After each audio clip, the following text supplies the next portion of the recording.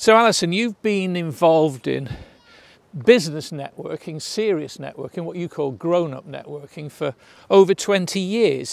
Was that your first introduction? Yeah, absolutely. So I 20 years ago, more than 20 years ago, I got a letter in the post inviting me along to a BNI meeting. I'd never even considered networking before. I had a cleaning business, and I didn't think I sort of needed it. Got a letter inviting me to a meeting in the post, which I looked at. I thought, oh, not really keen. And then I just decided to go along, and that basically changed my life. Really? Yeah, absolutely. So how did it change your life? So first of all, I walked into my first BNI meeting. The first person that I was introduced to was an accountant who saved me £6,000 in a 5-minute conversation. And by the end of the meeting, I had signed the form and joined up. I didn't even realise there were any other BNI or any other networking anywhere else in the world. And then I grew my business really by being a member up to £1 million a year through being a BNI member and really working networking. And then I sold it to another BNI member. So it sort of worked extremely well for me. And just with all that support and everything, I managed to grow, employ people and do everything the right way. So that was a cleaning business. Yeah. Was that domestic or industrial? So it was commercial cleaning mainly. A lot of builders' cleans. In fact, I got a referral from the electrician in the group who said to me, I'm going to give you a referral, but whatever you do, please remember to put this disclaimer on your quote. And when I asked him why, he said that he was in court with the particular company for some extra works. And if he hadn't told me that, I would have been in a bit of trouble. But I ended up basically doing builders' cleans for a company and working on 8 sites of theirs at one time. Wow. So how many cleaners did you have? So in the end, I had 50. 50? Yeah. Wow. When I joined BNI, I had three cleaners. And when I eventually sold, I had 50 cleaners working for me. I know a lot of people that go to networking events see the people around them as their potential clients or their audience, if you like. Now, obviously, you didn't build that business out of selling your services to the people in that room. What was your approach? So my approach was to get to know them well enough and then tap into their connections. So there was one girl in my group. She was an events planner, and it took her a whole year to open up her connection. Her best friend was the facilities manager at the Bank of New York. It took her a whole year of listening to my sort of weekly pitch, testimonials about me before she gave me her best friend who was at the Bank of New York. And literally, I walked into that meeting and her friend said, if you can match this quote, you've got the job, because I've heard such great things about you. And that was a £350,000 a year job. Wow. So that was incredible for me. But, it is about building the relationships. And it takes time. Yeah, absolutely. And like it took her virtually a whole year to be comfortable to give me that friend. I could have, in hindsight, I could have escalated that relationship by doing more one-to-ones, building my relationship with her a lot quicker. But I think in those days I was probably quite naive, and I probably looked at her and thought, what's she going to give me? Nothing. and now I realise that actually the strangest of people can give you the best of connections. And you just think, oh, that person's not going to have that connection for me. And I say to my members, you don't know who's married to who lives next door to whose dad is whose gran is who, or who's done what in a past life. So you just don't know about connections, do you? Yeah. Just by looking at somebody. We make judgments very quickly. I've never gone along with that idea that you'll form an impression in the first 8 seconds or whatever. You do get a little bit of a judgment, but that's not necessarily long-standing, is it? No. It's about building those relationships and getting to know somebody well enough. And sometimes, you can know somebody well enough in one meeting, but most of it is really drilling down and seeing, you know, what their hobbies are, their interests, you know, and then they open up their connections when they know, like and trust you.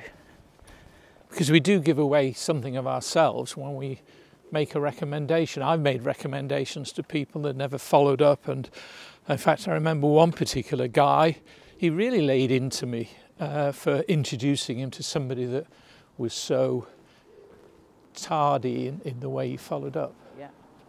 Yeah, the thing is, it's your reputation on the line, your credibility and everything else. So it is all about the follow-up and making sure, also if somebody gives you a referral, that you follow up with it quite quickly, or you let them know. And you keep them in the loop. Yeah, you keep them in the loop. Do you think people,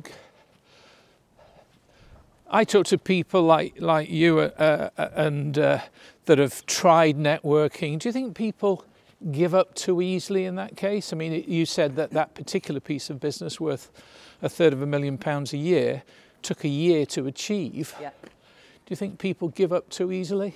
I think that people want the get-rich-quick scheme, and I have seen it many a time. They join a networking group because their business is in trouble, and they expect to get rich quick, or they expect an overnight success. And it's not. It is about building relationships, and those long-term relationships are where you get, you know, the business from, because that's what it's all about. So that was your introduction to networking. What was your backstory? What did you do prior to that, prior to cleaning business? When you were a little girl, what did you want to be? I used to work actually in the fashion business, so I used to work in a buying office, and then when I decided to have children, it was frowned upon in the rag trade. So I have children, or to try and to take off any maternity leave or whatever. So I looked at alternatives, and actually I set up my cleaning business because I thought, what can I do in the evening while my kids are asleep? And that's how that started. Really? Yeah. And then a friend of mine said, well, our office needs cleaning, why don't you come do ours? And then somebody else said, our office needs cleaning, and that's how it started. And then I found networking, and then that, like I said, changed my life really. So who were you buying for? Was it a brand or? Yeah, so I was, I started off at Topshop. Yeah. Then I went to Chelsea Girl, which is now River Island. I set up a 9 to 14 girls wear range for them, and then I got poached by a Scottish company called Mackay's to go and set up a 9 to 14 girls wear range for them called Kylie. Oh. And then yes, that was it. It was interesting, and I think I ended up cleaning their offices in the end because I had the connections as well. I've reconnected with people. So you've always been that connector. You've valued and kept doors open, and absolutely. I still keep in touch with a number of the people from the rag trade, because actually one of them went on to do film production, and I ended up cleaning their film studios in London. So really? Yeah, it's just keeping connected. You never know when you're going to bump into somebody again. That's what the thing is. My motto is never piss anybody off, because you never know when you're going to bump into them again, and that is the thing. Or you know, you never know when you're going to be able to connect them with somebody else useful again. I think that, and I can understand why, if you're starting a business or you're growing a business, you've got such pressures on you, particularly with cash flow, that you want the business now and you focus now. But I learnt some years ago that 82% of all sales are taken place after the 7th touch. Yeah. And timing in a buying decision is everything. And I think people don't quite recognise that. So if you're going to be around on the 7th touch, having made the first touch, and them saying no or not being interested, then if you've not got a plan for how you're going to still be around when they are ready to make a decision, then you're forever chasing business. Absolutely. And that's why you've just got to keep building, keep those connections, you know, and it's, if you think about it, on average, each person knows 1,000 people. You know, it's going to take you quite a long time to even, you know, get through, you know, a group of 20 people, get to all their connections and everything else. The thing with networking, and especially with the weekly networking, you get to know somebody so well that they want to help you. Their main aim is to help you grow your business because you're going to help them do the same.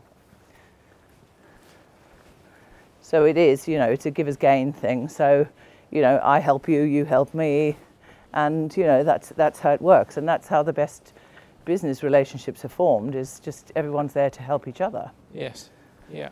Can't do everything on your own. You know, collaborating with people in, you know, like-minded people is really good because it gives you more, like, not buying power, but again, you know, being able to work on projects with people. So like I said, the electrician gave me connections, and he gave me about 10 different connections because he was, you know, working on building sites and everything else. So that was perfect for me to do builders cleans, because that was ideal. I would clean up after his boys when they'd finished. Yeah. And, you know, it was a great job.